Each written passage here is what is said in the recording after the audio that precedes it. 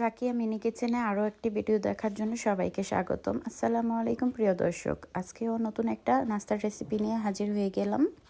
এই নাস্তাটা হয় বাইরে থেকে ক্রিস্পি, ভেতর থেকে নরম, আর এতটাই সুস্বাদু 10টা খাওয়ার পরেও মনে হবে আরও খাই। খুবই কম উপকরণে এই নাস্তাটা তৈরি করা যায়, অল্প সময়ে তৈরি করা যাবে এই নাস্তাটা। দারুণ নাস্তা, বিকেলে চায়ে, বাচ্চাদের টিফিনে, অতিথি আপ্যায়নে, সব ক্ষেত্রেই একদম পারফেক্ট একটা রেসিপি। একবার বানিয়ে দেখুন, এই নাস্তাটা বারবার বানাতে ইচ্ছে হবে। তো চলুন তাহলে দেখে নেন আমার এই নাস্তাটা তৈরি করতে কি কি উপকরণ লেগেছে। প্রথমে আমি 1 কাপ ময়দা নিয়ে নিচ্ছি নাস্তাটা তৈরি করার জন্য। আরও হাফ কাপ অ্যাড করে দিয়েছি। তারপর দিয়ে দিচ্ছি স্বাদ মতো লবণ। এখন অল্প একটু তেল দিয়ে দিচ্ছি যেন বাইরে থেকে ক্রিস্পি থাকে। এখন তেলটা ময়দার সাথে ভালো করে মিলিয়ে নিতে হবে। সামান্য কিছু গড়ে উপকরণ থাকলেই চলবে, এই নাস্তাটা সহজে তৈরি করে নিতে পারবেন। গড়ে থাকা কুরবানি মাংসের 2 পিস বা 3 পিস মাংস হলে এই নাস্তাটা করে নিতে পারবেন পরিবারের সবার জন্য। এই ভিডিওটির ধাপে ধাপে দেখিয়ে দিচ্ছি কিভাবে এই সহজভাবে ঝটপট নাস্তাটা তৈরি করে নিতে পারবেন।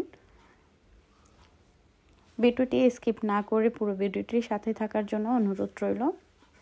তো দেখতেই পাচ্ছেন আমি কিন্তু ময়দাটা ভালো করে হাত দিয়ে মেখে নিয়েছি। এখন অল্প একটু নর্মাল পানি দিয়ে একটা ডো তৈরি করে নিচ্ছি। নর্মাল পানি দিয়ে অল্প অল্প পানি দিয়ে একটা পারফেক্ট ডো তৈরি করে নিতে হবে। তো দেখতে পাচ্ছেন সুন্দর করে আমি একটা ডো তৈরি করে নিয়েছি। আমি অল্প একটু তেল লাগিয়ে নিচ্ছি। এখন আমি রেস্টে রেখে দেবো 5 মিনিট। এখন আমি কিমাটা তৈরি করে নিচ্ছি। এখানে দিচ্ছি অল্প পরিমাণ হলুদ গুঁড়ো আর জিরা গুঁড়ো দিয়েছি।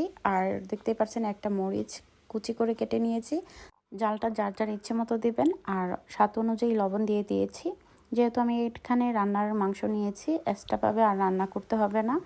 ঘরে থাকা মাংস দিয়ে ওইখান থেকে 2 টুকরো মাংস নিয়ে এই রেসিপিটা করে নিতে পারবেন। তো আমার কিমাটা তৈরি করা হয়ে গিয়েছে। এখন আমি আবারও ডোটা মতে নিচ্ছি। যেহেতু ডোটার মধ্যে আমি তেল ব্যবহার করেছি, এখানে এক্সট্রা কোনো গুঁড়া ব্যবহার করা যাবে না। তো আমি এখন সবগুলো এক সাইজে কেটে নিচ্ছি। আমি লিচি কাটার জন্য সবগুলো এক সাইজ যেন হয়, তার জন্য আমি কিন্তু একটা নাইফের সাহায্যে কেটে নিচ্ছি। তো এখন আমি অল্প অল্প লেচি কেটে তারপর একটা ছোট্ট রুটির মতো করে কিমা দেওয়ার জন্য আমি তৈরি করে নিচ্ছি। যেভাবে আমরা পুরি তৈরি করি ওই সেম প্রসেসেই আমরা এই নাস্তাটা তৈরি করে নিচ্ছি। যারা এখন পর্যন্ত আমার ভিডিওটির সাথে আছেন সবাইকে অসংখ্য ধন্যবাদ। যারা একটি লাইক দিতে ভুলে গিয়েছেন, একটি লাইক দিয়ে পুরো ভিডিওটির সাথেই থাকবেন আশা করছি। আর যারা আমার চ্যানেলে নতুন, চ্যানেলটি সাবস্ক্রাইব করে পাশে থাকা বেল বাটনটা অন করে দিবেন যেন প্রতিদিন ভিডিও ছাড়ার সাথে সাথে আপনাদের কাছে নোটিফিকেশন চলে যায়। আমি কিন্তু অল্প একটু কিমা দিয়ে পরে দেখতে পাচ্ছেন আমি কিন্তু মোল্ড করে দিচ্ছি। যেভাবে আমরা পুরি তৈরি করি সেম একই প্রসেসে এই নাস্তাটা তৈরি করে নিতে পারবেন। খুবই সুস্বাদু হয় এই নাস্তাটা, একবার বানিয়ে দেখবেন। ছোট থেকে বড় সবাই এই নাস্তাটা খেতে পছন্দ করবে। আর অল্প তেলেই এই নাস্তাটা তৈরি করে নিতে পারবেন। যখনই ভাজা পুরি খেতে মন চাবে তখনই এই নাস্তাটা একবার হলেও বাসায় ট্রাই করে দেখবেন। মুরগির মাংস বা ডিম দিয়েও এই নাস্তাটা তৈরি করে নিতে পারবেন সেম একই প্রসেসে। তো দেখতেই পাচ্ছেন আমি এক এক করে সবগুলো নাস্তা তৈরি করে নিচ্ছি একইভাবে।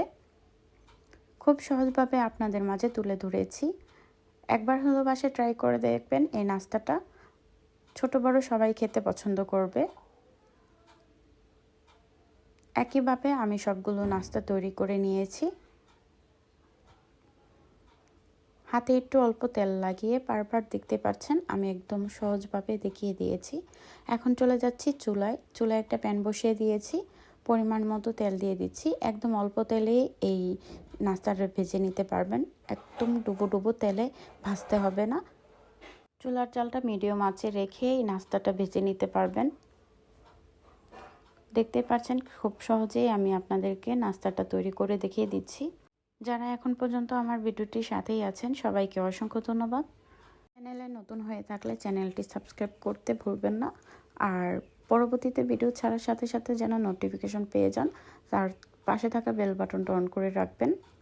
আর কথা বলতে বলতে দেখতেই পাচ্ছেন আমি নাস্তাগুলো ভেজে নিচ্ছি। আমার এই নাস্তার রেসিপি আপনাদের কাছে কেমন লেগেছে অবশ্যই কমেন্টে জানাতে ভুলবেন না।